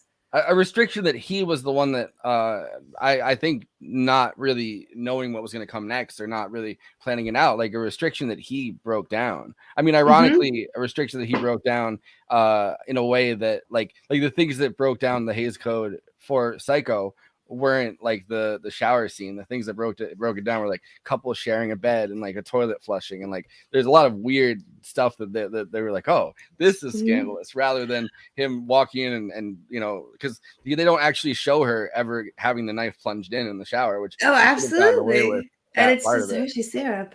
But also, this film Frenzy is his only film that to date is still technically given an R by the British classification system, which means you have to be 18 to see it. Or technically, I mean, you know. But like, it's kind of interesting because a lot of his stuff is still pretty scary, you know. Yeah. Just you don't see it. This one, they're like, tits, give it an 18. Well, so he also so he made the first British talkie, like the first and a movie called Blackmail, and like talking about the same like pre-Hays Code kind of thing. Like if you watch the trailer for it or whatever, like he has his actress standing in front of the mic and he's like, have you been bad? Have you slept with a lot of men or something? And like he says something that like you couldn't get away with during the Hays Code. He like asked her like if she's been like sleeping around or something, and it's like, oh damn, like that is that kind of uncharted period where it's like you know, before it was like, all right, we got to rein this in a little bit with the Hays Code, and then of course the Hays Code breaking. Like it feels like Hitchcock's career is bookended in so many different interesting ways, because like The Lodger is a movie like Frenzy and like Psycho about like a similarly placed I mean, that's more of like a period piece, but it's more like it's on the streets of London, and it's a Jack the Ripper story, right? Like, so he has his original Jack the Ripper story. It's an hour and a half long expressionistic film that they filmed partially in like Germany, so they could do that expressionistic German cinema. And then, you know, you get all the way to 1972, and he's doing another like a modern fucking serial killer story and pushing the boundaries that way too. Like, so it's like almost like his career is bookended by these two different stories, both adapted from sensationalist books. Right. I think another thing that's interesting for me about Frenzy is, I mean, the argument I would always have with my film teachers was they would always say Hitchcock just believed in not showing things. And my response was always, well, he made Frenzy, but then I would say, was it that he didn't want to show things or that he couldn't show things? Hitchcock had a sadistic streak. You know, there's that story of him directing the child actor Bill Mummy. And Bill Mummy would not sit still. And finally, he just got really mad and came up to Bill Mummy and he was like, you know, I will stick these nails in your feet until your blood gushes out like milk. And Bill Mummy was terrified after that. But I think he enjoyed antagonizing people on some level. That's what some actors have sort of said, that he got a kick out of it. You know, if you Google Hitchcock actor abuse, like the stories are countless. He also poured alcohol in one of the actresses' drinks to get her to loosen up, and she was like, she did not drink at all. The stuff he did to Tippi Hedren is countless. You're right. I kind of watched this film thinking like, is this him experimenting, or am I just seeing him free? Or, well, also, even just part of me thinks, and I'll let you go, Forrest. But what I was going to say was, there's certain directors I've met over the years that I think get a kick out of pushing people's buttons and even offending people. You know, I've met Troma's Lloyd Kaufman a number of times, and I can tell you this about Lloyd: there's something about him. He's a decent person in my experience. I mean, he can be hard on his workers, but if you really get down and ask him, like, why do you have to make these like over the top and often really offensive trauma movies? There can't be, but they're also really offensive. And he'll just tell you, he's like, there's something about it. I like pissing people off. And I think there's a little bit of that in Hitchcock. I think he gets a kick out of maybe offending people once in a while. And I think he got to do that with Frenzy. Oh, absolutely. He also had a pretty bad Israel take the other day, but Hitchcock did? No, Lloyd Kaufman. Oh, Yes. okay. Oh, Came back from the dead. Yeah. Hitchcock's like, Wait. Hitchcock, I miss Hitchcock's Israel take. like Israel has a right to defend herself. No, so this is him talking about nudity, and he's still kind of defending. I think that he almost got off on being the guy that was like, oh, I don't show things like nudity, like you don't have to show things, right? Like nudity doesn't have to, and like this movie kind of defies that, and in some ways I feel like it's Hitchcock desperately trying to cling to relevancy by doing that, while still kind of trying to take like this weird moralistic high ground where he's like, you don't have to Also, show nudity. Like a good point. Yeah. Said seriously, no humor about it at all. We're still on rhyming slang, and No, this is not rhyming. Well, this is the use is the way things with the meaning get into the language. All right. What would you not do in a movie that you were making? Today they put everything on the screen. These X-rated pictures, there's nothing left to the imagination insofar as morality is concerned. There are very violent pictures made where horrible things are done to the human body. What wouldn't you do? What turns you off in making? Well, what turns me off are what I call all-in wrestling matches in bed. You see that all the time. You know, it's a cliche. You know, they shoot past the man's shoulder, leaning over the girl in bed, and you know, but it's just unnecessary. I think it's cheap and vulgar. But you're not against the use of nudity in motion pictures. You use some in Frenzy. No, I used it in the last picture, but in very sparingly. The picture I made, Frenzy, I had to show nudity a couple of times, but it was very important to the scene to show these couple of cuts anyway. But normally, just showing it just for the sake of showing it, I think is bad taste and unnecessary.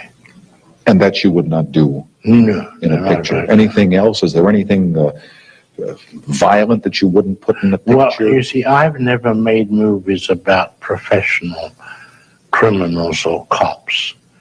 If you'll notice, if you look back over the films that I've made, generally speaking, they're about ordinary people in bizarre situations. That's the whole essence. The movie I made, like North by Northwest, Cary Grant, it's an ordinary businessman, gets mistaken for a spy. And of course he goes through the most bizarre experiences. Well, it enables the audience to identify themselves much more closely with the individual. They can't identify themselves with a cop. They look at it objectively. They can't identify themselves necessarily with a criminal unless there's an intense interest, such as there was in the Mafia, in the Godfather. That's a different thing. That's a thing they look at objectively. But I've always gone for average man, the ordinary individual, going through extraordinary experience. Is that the basic theme that you look for if you're looking for a story to film? Whether I want to or not, I seem to gravitate toward that. As a matter of fact, I'm doing preparing the script now with Mr. Ernie Lehman, and we're working on a story which shows an innocent couple getting involved in very important abductions of people, kidnapping. Is he always so defensive in his interviews? I wonder if it's mostly for this movie. A lot of the time he's just fucking with the interviewer, but like this movie feels like it's on a different level for him. I think that it's kind of fascinating though. What I wanted to say about this is that in some ways when he's talking about the over the shoulder shot with, you know, like a man going at it and you're like watching from his point of view, like, is he almost kind of purposely trying to make the most violent, brutal, or grotesque version of that as like a parody almost like of that kind of sex scene to almost like burst through that fucking cliche so much that it like turns people off from doing that in a weird way, like because you could like with him describing it that way, right, like, and then looking at the scene where he's brutally raping her in that style of filmmaking, right, like where it's kind of over his shoulder and he's like raping her from that way, like leaning over, like that's literally he's describing what he shot in Frenzy. But then in Frenzy it's a brutal like unpleasant like just deeply disturbing scene rather than kind of being like oh let's throw some sex in there, you know what I mean? Like I mean, to play devil's advocate on that, I think Hitchcock had a carny element to him. I mean, you even see it with the way he presents his movies. Yeah. And I don't know. I think at the end of the day, he was just trying to put asses in seats. Yeah. No, I think you guys make a very interesting point. And like, it's very also important to say, like, there's a little, can you eat your cake and still have cake aspect of this where like, shit, all of these could be true, but also they can't all be true at the same time. Is that the expression, eat your cake and still have cake? Yes, it got like said wrong so many times. The correct way to say it is you cannot eat your cake and then still have cake. All right. I didn't know that. Yeah. So the interviews we've watched with him, those were all right after he made Frenzy? Yeah. I mean, for me, it's really interesting to watch those interviews just because, I mean, really I would call it moral panics around violence in movies. It pops up over and over again. I mean, it pops up with Frenzy. Then in the 80s, you have people chastising Sam Raimi on daytime talk shows, or Michael Winner when Death Wish 2 comes out. You have Bill O'Reilly in the 2000s complaining about the Saw and the Hostel movies. I think it's really interesting how I'm not saying there should be a discussion of it, but where's my version of that? Where's me terrorizing innocent people? Yeah, a whole subgenre of like torture porn starts to become like, where at its highest it's kind of a contrapasso and it does make sense, and at its lowest it's purient. Even Fox News wouldn't pick up Bill O'Reilly's torture porn that he made. He's like, this genre, man, I don't get what you people want. You buy his peritoneal wipes and you get a CAPTCHA to watch it for free online. I just do think that's interesting, though, how, I mean, I can understand why he gets defensive, because when we really look back on the history, I don't necessarily look at, it seems like every generation, someone pushes that boundary.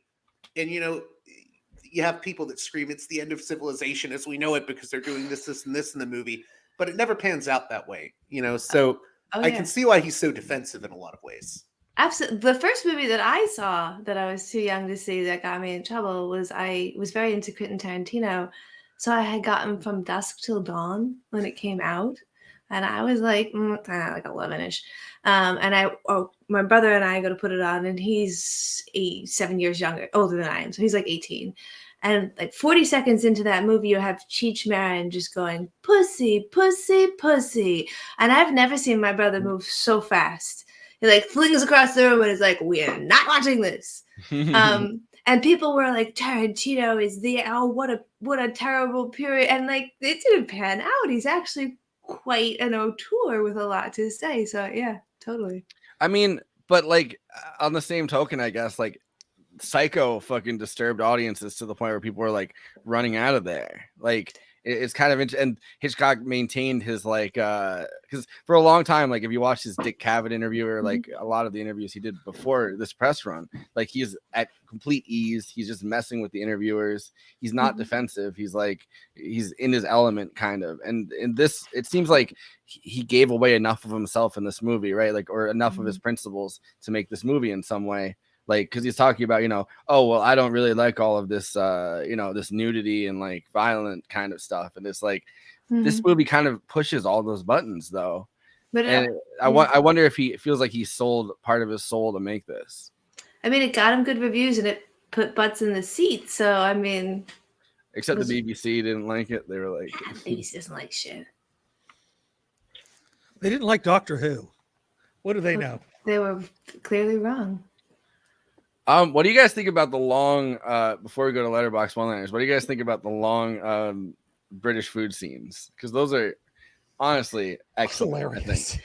They're very interesting, especially because in the whole torture of this guy is wrapped up. She's like actually the only one paying attention. She's like, I don't think it was that guy because like you, like our marriage, we've been married for 8 years. Do you have the passion right now to kill me? Like funny and true. Me giving you pig's feet to eat.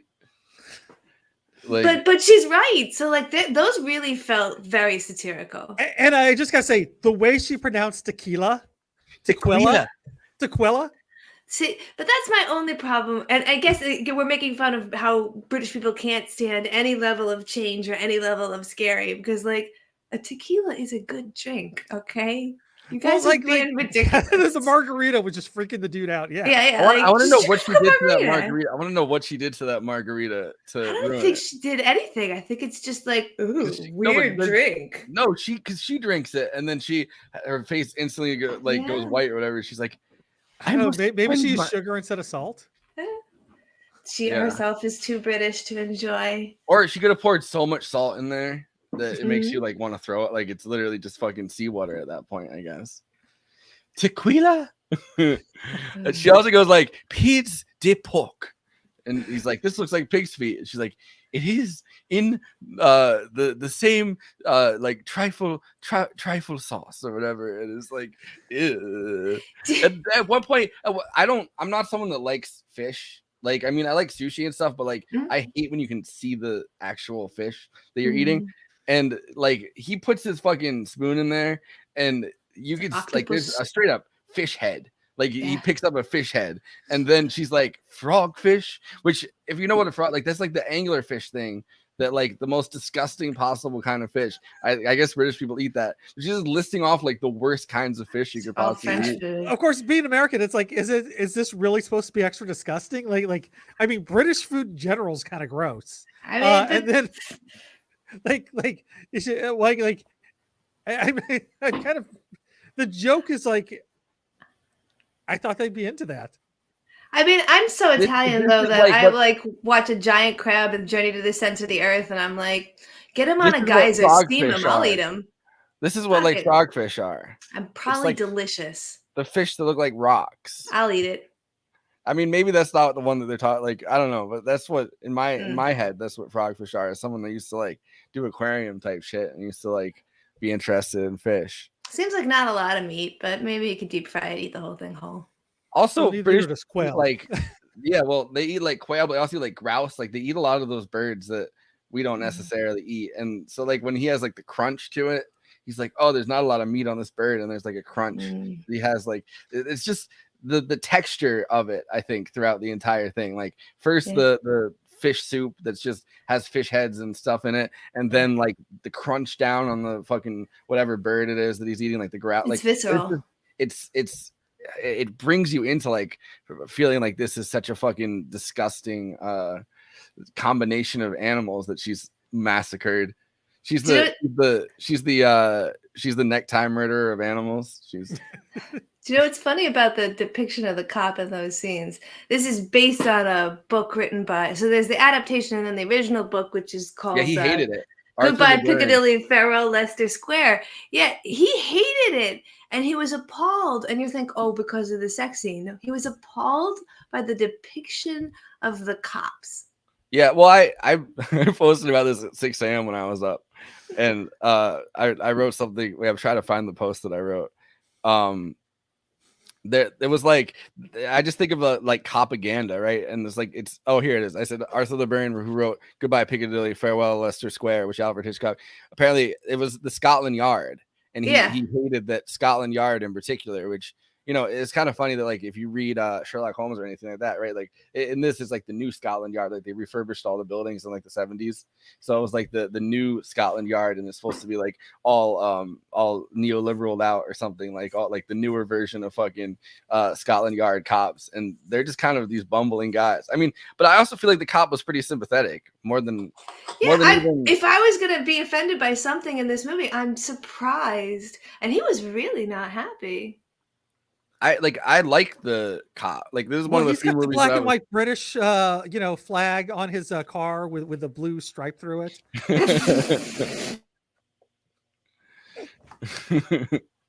What is it, like the fucking what they call it, like the Jack or whatever, the British flag is like Jack. Like all Jacks matter. all yards matter. I don't know. Fucking I found the cop pretty sympathetic. Like the cop realizes pretty fast that he's gotten the wrong guy. Like it's not like, I mean, pretty fast. The guy goes to jail, so not that fast. Yeah, I don't know if I'd say it's pretty fast. I thought he was an incompetent cop. His wife had to like point it out, and then he had to sit on it. His wife is just like, you were wrong. His wife's like, you were wrong. Have some grouse and some tequila. Crap, but also you're wrong. But the wife is not eating any of the food he's eating. That's the funny part. That's the funny part. And she's talking about how she's making a souffle. Like she's eating eggs in the back room and feeding him her concoctions. Like it's hilarious when she finally takes her own drink and then just spits it back out again, because it's like, yeah, you haven't tried any of this food, have you? Like, I don't think you have. Like, you never see her eat anything. She's in the back room just housing down her fucking breakfast foods, and he's forced to eat like every animal in the wood. Like she's foraging for shit. Like this fell off the truck. Yeah. I imagine there has to be at least one NYPD detective whose wife is like really into like foraging. She's just like she goes to the Central Park and she's like, a moss souffle fresh out of Central Park, and he's like trying to fucking eat hot dogs. Like he's stuffing down hot dogs in his fucking mouth. Like I'm saying this shit writes itself. Frenzy 2, Electric Boogaloo. You could write it. It's the American version of Frenzy. It's just the cop having food. It's just the cop having food, but it'll work. Yeah. I've only gotten that far so far. Give it a day. You want to do letterboxed one-liners? Let's do letterbox one-liners. This is the part of the show where we go to Letterbox, which is a online, like an app. It's also an online place you can go to look at reviews for shows that are out right now and movies that are out, and anyone can review them. So it's kind of a nice place to go to kind of see a really good look at how people are responding to stuff. What we use it for is to grab 1 to 2 line funny responses for the movie we have watched, so that we can giggle a little and have a good time. It's almost like Conan was here. Exactly. Well, thanks, guys. Hard not to enjoy something so nakedly contemptuous of the British. And it's his first movie set in like England in a while too. Like he goes back to England and he's like, yo, fuck all y'all. I like my house in California, so I'm gonna fucking roast you all. Yeah. It's well, great. the funny thing is too, is like his dad actually used to work at that dock where they have all the food. The grocer, yeah. Yeah, his dad worked there, and apparently while they were on set, this old man barged on set, and like security's like trying to stop this old man. And the old man comes up to Alfred Hitchcock and goes, I knew your father. And Alfred Hitchcock ends up like having a wonderful conversation with the man who's like telling him all these stories about his father. And then he's like, Bob's your uncle, and winks and walks away. Wink, wink. Immediately jumps to the top of my favorite Hitchcock film lists for that one scene where the chief inspector goes apeshit on that full English. I like how our version of full English feels like it would be like the continental breakfast. He's like, yeah. I went over to England for the first time, and on the plane, because I did a hop over from Glasgow, they served everyone English breakfast, and I damn near had to like eject myself. I'm like, what if 50 cans of beans opened up in this can at once? Like, not at 6 a.m., guys. Have you heard of avocado toast? Enough tit action to fill the eyes of a potato. I also like that there's a weird discourse between like fruit sellers and the potato sellers. He's like, I'm glad I'm not in potatoes right now. That's a that's a way like worse industry than my industry. Remember when they just let weird perverts make movies? Choking up just thinking about it. That really is Hitchcock's whole like he had a fetish. He put his own like weird fetishes into his movies for sure. Yeah. Nobody, the strangled women in this film. The one at the end too has like her tongue out that way. I mean, I guess your tongue probably would be out if you got strangled, but I looked it up, and I have to say, don't Google image that. Oh, try and go down that hole. But the tongue does stick out a little, but not to the extent that these women they do look like that emoji. I did actually laugh out loud whenever you see the first dead woman with her tongue out. Yeah, because it's just like I was not expecting that, and all of a sudden it's just tongue. It does, yeah, exactly. It just takes a little bit of the piss out.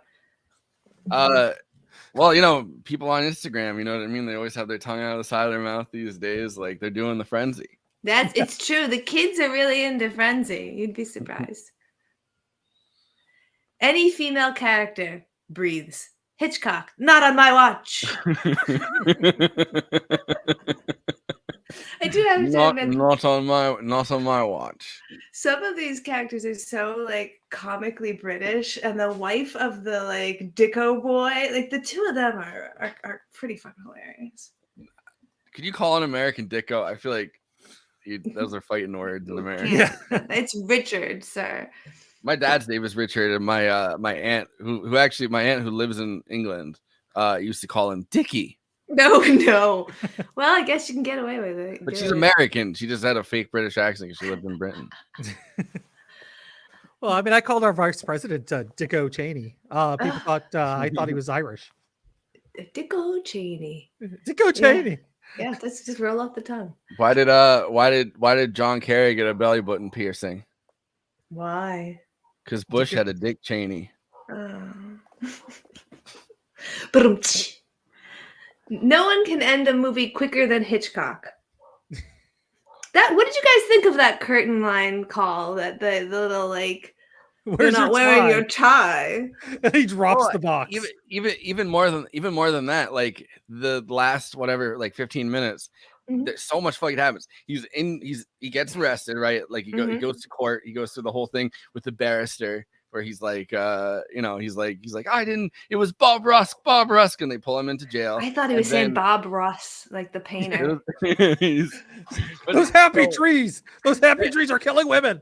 Then he throws himself down the fucking stairs somehow. Like he makes himself trip so he can go down the stairs and end up in the hospital. Then he's in the hospital and there's a bunch of jolly prisoner like criminal fucking Cockney guys that are just like cool with him. Whatever. Like he makes friends with them and they're like, "Oh, we can help you escape." So they give the pills to the guard or whatever. The guard falls asleep. There's a whole plan that only takes like 30 seconds. The guard falls asleep. He sneaks out wearing the doctor's jacket and somehow nobody notices it's him, which, all right, whatever. I don't think that guy would have been a doctor, but I guess they're not looking at him that closely. They realize in seconds that the sleeping pills in the cup, and he still somehow gets out. He goes all the way to the guy's apartment, and then that scene happens. Like all of that happens within the last 10 minutes of the film.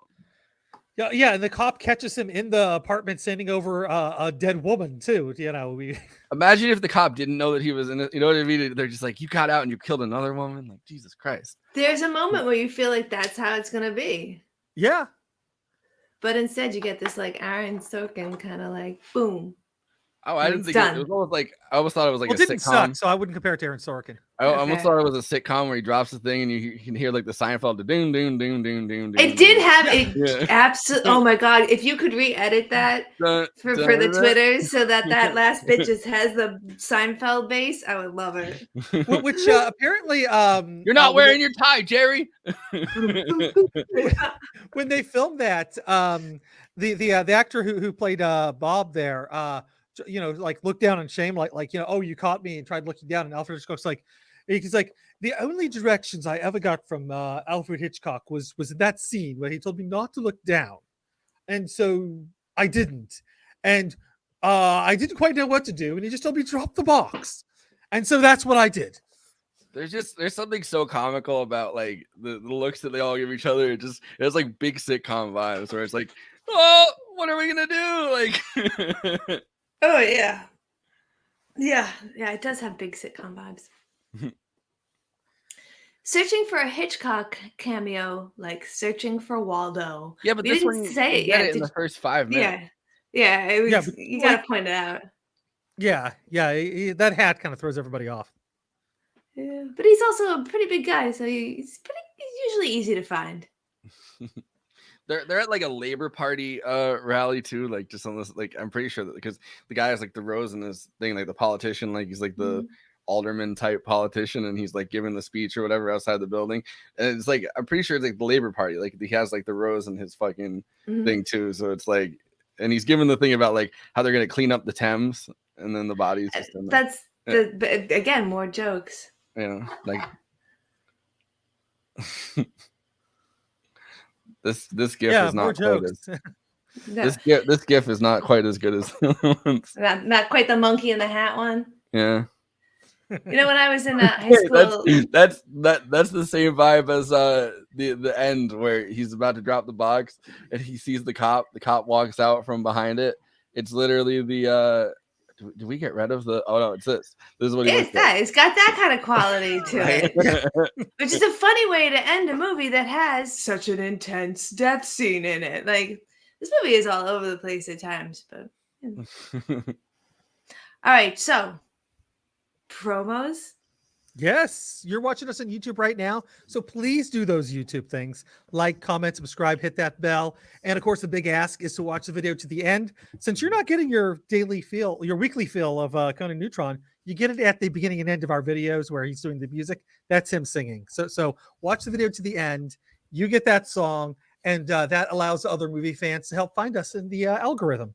If you're over on Twitch, please do the Twitch things. Throw us a sub. If you happen to have an Amazon Prime account, the big ask is to subscribe over there. That doesn't cost you a penny, but that actually helps out a great deal. So thank you very much for doing all those things. You can find us on social media. We're on Facebook, Instagram, Twitter, and Blue Sky. So find us on all those places. Say hi. We might say hi back. We do have a Patreon. And with our Patreon, you can support the show because we do need your support. This isn't for free what we do here, and you also get access to things like our after parties, which will be there forever. But the good news is tonight you can actually see one of our after parties because we will be doing one after we finish this up. So watch out for that for the link for that to join us over in the after party. Conan isn't here, obviously, but because he just wrapped up his tour, he's heading back home. So no more tour dates. However, he's bound to announce something in the future. Don't know when, but there's always something in the works. But you can catch his show, Protonic Reversal. I'm going to suggest to you episode 294 with special guest Stu Spasm of Lubricated Goat and the Art Gray Noise Quintet. Which I don't know. Did you talk to him at all, Forrest, or is it just me hanging out with him this summer? Who? Stu Spasm. No, I didn't really get to talk to anybody when I was there. Yeah, because when USA Nails was on stage, Stu comes up to me and starts yelling at me about how much they can't dress themselves, and it was hilarious. I know you've told this story every time you talked about us going on a trip. It was just a wild story, man. But yeah, it was good times. But yeah, check out that episode. Also, if you want some music in your life, Adult Prom is now available. You can find that at neutronfriends.bandcamp.com. And get other albums too. If you already have Adult Prom and you don't have Dangerous Nomenclature, get Dangerous Nomenclature. Get something else. There's lots of good stuff there. Seriously, go for it.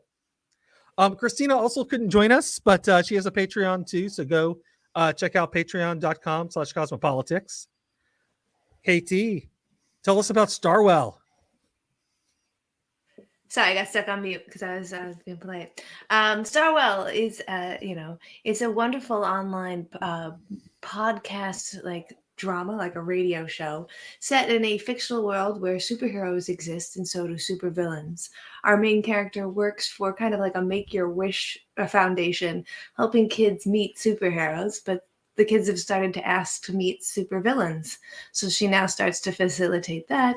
Hijinks and more ensue. I play one of the supervillains. I play a Russian supervillain. I also play the host of the podcast inside the podcast, the very incepted podcast about. You'd hope the one thing that fictional worlds don't have are podcasts. So, you know, it's a true crime podcast inside the world of superheroes that gives you backgrounds to some of the like murders that actually wind up happening. I want to hear that world's Joe Rogan, and he's just he's having the fucking supervillains on to be like, so what's your workout regimen? Yeah. Oh, I take it you lift, bro. Yeah, it's definitely one of those superhero shows that makes you question the concept of what is good and what is bad, and why we do what we do, it's really fun. First 2 episodes are out. I'm in episode 2, so you can get to hear me there. That's under the show Opinions May Vary. So if you look them up anywhere podcasts are, you can hear that. As always, you can go to YouTube and see my film Girl in the Basement. It's October. It's Halloween. It's a 32-minute horror movie. These are good things for you. It's free. Go watch it. You're going to enjoy it. Jared Skolnick will, I'm sure, be on the podcast again soon because you guys are rescheduling him from the last time. He's the director of that. It's a fun piece. Enjoy. Excellent. And JG, tell us about Parallax Views. Parallax Views. It's on Podbean, iTunes, all the rest. Patreon.com/Parallax Views. If you want to support me. Right now, I'm bogged down in doing a lot of coverage of the Israel-Palestine situation, but hopefully I will have some Halloween episodes out. I just did a really long show with Jason Miles of This Is Revolution with Brian Yuzna, who helped bring such great cult classic horror movies to us as Reanimator, From Beyond, and my favorite, Society, which is the closest we've ever gotten to class war body horror. So that's what I have going on. Fantastic. And yeah, I did want to say 2 things here. First of all, I have a cover of a comic that just came that I just received. I'm sure you can get that from your comic store. Jarudi Shadow of the People, issue 2. You can get a variant cover with my artwork on it. But more importantly, we talked a lot about rape this episode, and I just want to mention, if you need to have access to a rape. I'm on the wrong one. There we go. Sorry, I was on suicides, and we need to talk about rape. This would be the best time to have like a BetterHelp, like whatever. If they're sponsoring us, like BetterHelp. Just plug it right in there. Really? Yes, we want to offer the resources. But yeah, I just want to say, if you can't, if you don't feel comfortable making a phone call, you just want to chat with somebody online. If you go to online.rainn.org, you can actually chat with somebody that can help you through this. If you can make a phone call, 1-800-656-4673 is their hotline. They do also have different hotlines for other things too. So sexual assault and harassment, 1-800-656-4673. That spells hope. So there is hope for you. Street harassment, 855-897-5910. If you happen to be a service member or work for the Department of Defense, there's the hotline number for you is 877-955-5247. National Domestic and Dating Violence, 1-800-799-SAFE. I did not write down what the number spell out, but if you spell safe on your phone, you got it. And finally, if you're in a position that can help, go to RAIN, RAINN.org, and give them a donation because they do really great work and they run all these hotlines. So they're really helping people. Awesome. Thanks for all that stuff. Venom tries DMT. Yes. That's it. Did we get that on in that Venom movie? But JG, do you have final thoughts on Frenzy. It's a wild watch. That's all I will say.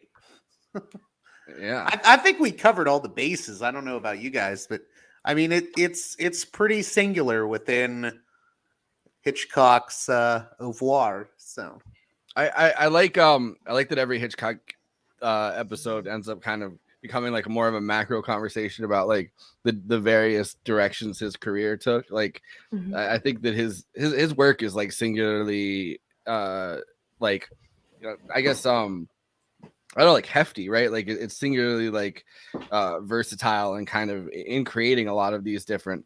I mean, hell, he has the first British talkie like 2 years after fucking The Jazz Singer came out. Like his career went all over the place for such a long time, and I feel like Frenzy is one of those movies that's like not as covered as, you know, his his prime time. But KT, final thoughts? Yeah, I think I said it earlier, where like if you haven't seen this movie and you've been listening to us talk about this movie, I'm sure it's piqued your interest. I'm sure you want to see it and make your judgment and see how you feel about it. That being said, it was long. It was difficult. I think it was supposed to be difficult because that's kind of part of the horror. But like I wouldn't watch this one again. But I do feel like there is a point for people to see it, especially if you've listened to us talk about this. Yeah. Andy? You know, Hitchcock is a director that seems to have never like I'm not going to say that this is like one of his best films, but like as a director, like the You don't miss. Is that what you're trying to say? Yeah, you know, he's just the skill that you see on screen is incredible. Like even little things like where they just drop out the background volume whenever she kind of like walks out of the bar to this shocking revelation, and you know, so you have all this ambient noise and it just fades away as you're kind of realizing like what she's realizing. So you know, so many great little things. Fun thing to look up too. There's the documentary that comes with the DVD called "The Story of Frenzy." They actually play the original score because they actually had a completely different score, and it was done with organ music. That was Henry Mancini, right? Yeah, and it's a great score. If you hear it, you're like, oh, this is good. But it doesn't quite hit the same because the score in this movie, which is one thing we didn't even talk about, is very nostalgic British. Like you know, you kind of expect it's not that far off from the Monty Python theme. And in the beginning, right? Like you get the little it has a little flourish where it's like the British national anthem or whatever, and it gives you a little bit of that, and then it gives you the NPR theme, like dun dun dun dun dun dun dun dun. It throws a little bit of that in there. Great score too, just like all together. Like it's it sounds a little hokey whenever you describe it like that, but like when you actually get to it, it's like it actually kind of works. Like as an American, like you're just like, oh, this is England. You're like, cheerio. Yeah. But yeah. It's a bangers and mash, mate. And just remember, if you take one thing out of this episode, it's that I am not the necktie. I don't even own a necktie. I've never worn a necktie. You've never seen me in a necktie. I am not the necktie murderer.